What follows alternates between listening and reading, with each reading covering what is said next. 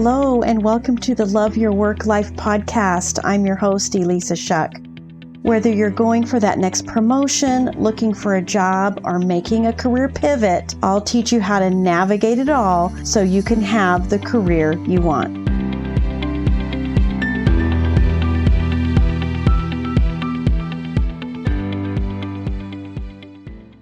This is episode 61 and part 2 of Make Your Move.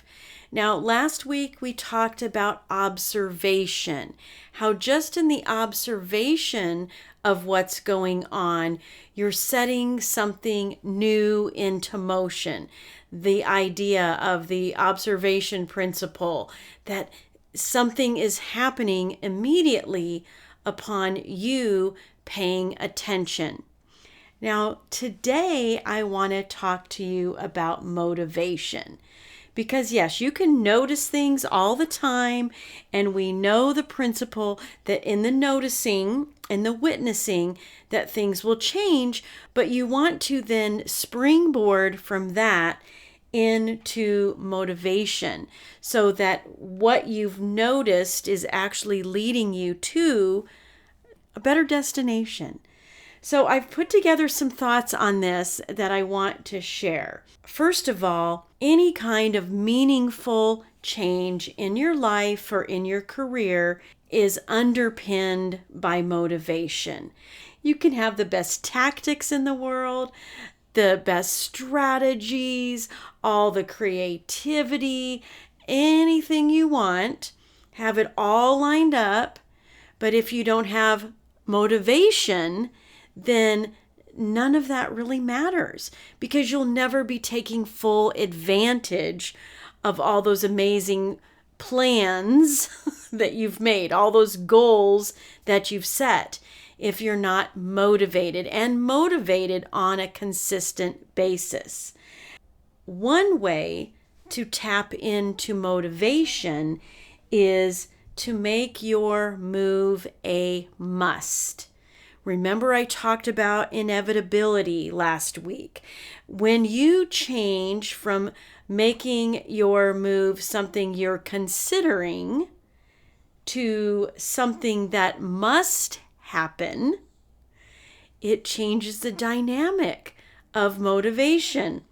This is why should is poison, because it doesn't have enough oomph behind it, right? I should do something. I must do something.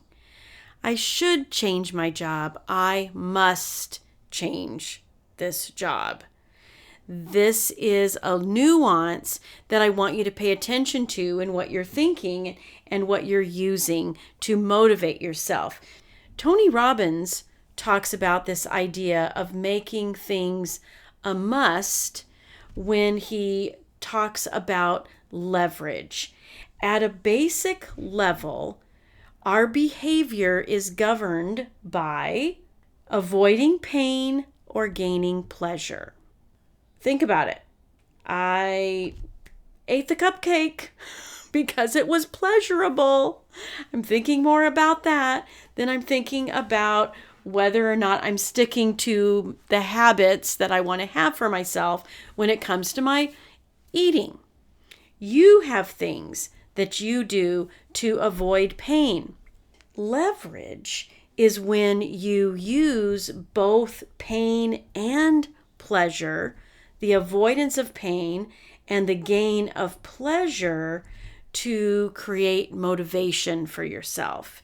I'll give you a few pain, pleasure kinds of questions to ask yourself to help you create this leverage. First of all, the pain association questions. What will it cost me to not have that new job? What has it cost me in the past? What is it costing the people I care about? What is it costing me in opportunity, in where I want to go from here, in the kind of life I want to have? Ask yourself these pain associating questions to really remind yourself why this career move is a must. And then ask yourself some questions that associate it with pleasure. Then ask yourself some pleasure associating questions. If I had a new job now, what would my life look like? What will I gain after having landed this new job? What will it mean for me and the people I love? What will it give me? Will it give me freedom? Will it give me opportunity? Will it give me work from home? More time with my family? Look at the benefits of that change.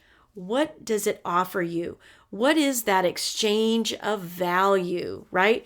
What are you getting as a result of that change? These questions you can go back to over and over again. I'll put them in the show notes so that you have them. But ask yourself these pain associating questions and these pleasure associating questions so that you are creating leverage in order to stay motivated. Let's dive in a little bit to pain. Pain gets your attention, right? You had a bad day. You had a particularly awful commute. You ran into that person that just is a challenging relationship in your workplace. Maybe the culture or business that you're in just gnaws at your values at some level. And every once in a while, something crops up that just points that out, and now you have this pain. And it's gotten your attention. And you think, hey, I should get a new job. Again, should doesn't work, right? Because as soon as the pain is gone, the motivation is gone. It's like that good hair, bad hair day thing I was talking about last week. You have got to use more than just the pain of running away from something to the pleasure of running toward something. I have a whole podcast episode. I'll put it in the show, put the number in the show notes about running away from something or running toward something. This concept will change the way you approach your job search. But listen, if you don't tap into pleasure, then you will always be in this mode of thinking about doing it, doing a little bit, slipping back into your old patterns of thinking it's going to get better until it's not better anymore. We don't want you on this roller coaster ride or this seesaw of back and forth of doing it or not doing it. That's why when you also tap into pleasure, meaning what is your life going to be like when you have that new job, when you don't have to have that commute anymore, when you don't have to face that person or, avoid that person anymore. That's what you want to tap into. That's what you want to do. And one of the ways to help you think about what your life is going to be like is to just spend some time visualizing. Spend some time thinking about what it's going to be like and put a great deal of clarity around what you're imagining and all the details you can think of and even some emotion. You can transplant emotions from one experience to another. So if you think about something that you accomplished or a situation that was really emotionally charged with the best kinds of emotion, the feeling of empowerment, the feeling of freedom, the feeling of getting something that you worked really hard for, that satisfaction, whatever that situation was, you can harness that feeling and apply it to anything you want. We have the power to do that as human beings because those feelings are driven by thoughts. And you can take those thoughts wherever you want. You can apply those thoughts to whatever you want. When you are visualizing what you want with a lot of vividness and living from your future self, and by that I mean living as if you already have it, living as if it's impossible to fail landing that new role or getting that promotion, then you're tapping in to pleasure and creating that motivation leverage.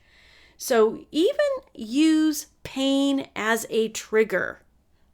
When you feel the sting, use that as your moment to reset and go back to the vision that you've created for yourself. It's a really, really awesome way to stay motivated. Another way to stay motivated is to check in with your feelings. And how do you know you need to check in with your feelings? Is if you're not taking the actions that you know you need to take in order to move closer towards your goal. In a job search, that might mean you are not reaching out to a recruiter, or you're not following up on an interview that you had, or you're not spending time even looking at job posts. What is it that your feelings are telling you? And I can't help but think of Star Wars in this moment when Obi-Wan Kenobi says to Luke, "Trust your feelings."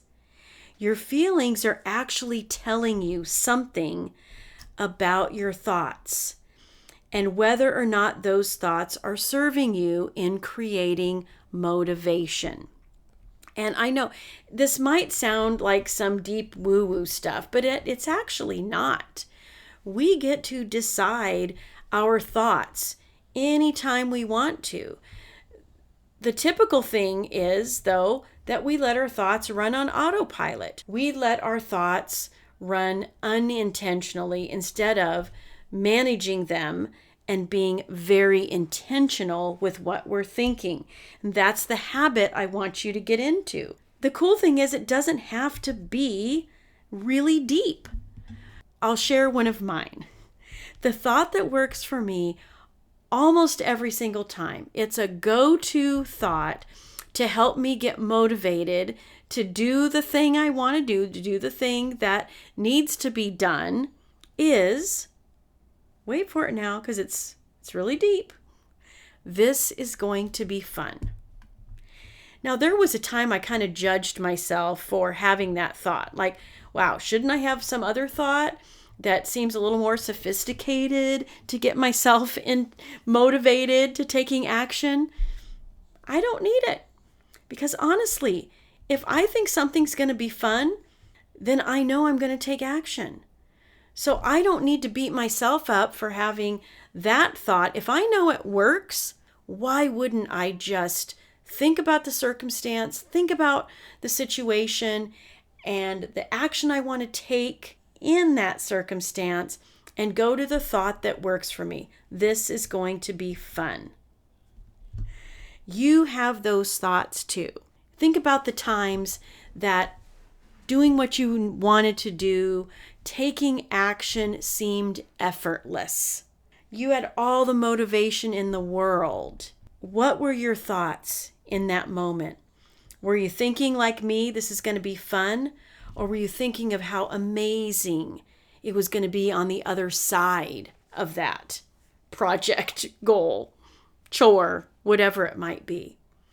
Use all of this to your advantage. I want you to spend some time with these pain associating questions, with these pleasure associating questions, and getting into the thoughts that will create a feeling of motivation for you. Next week, we will talk about the how to make it happen. so that you have the tactics, the strategies, the proven process that I've coached over and over again, so that you can go to your how to make it happen, as well as circle back into observation and motivation to keep going, to create some traction and momentum in your career. All right, we will talk again next week. If you like listening to this podcast, and you are going to love my program, Job Search Field Guide. This is a unique opportunity. I offer group coaching alongside a 5-step process to help you land a job quickly. So I hope you will join me in Job Search Field Guide. This is going to be revolutionary to your career journey and your job search, and you get lifetime access. So find it at elissashuck-careercoach.com, and I will see you there.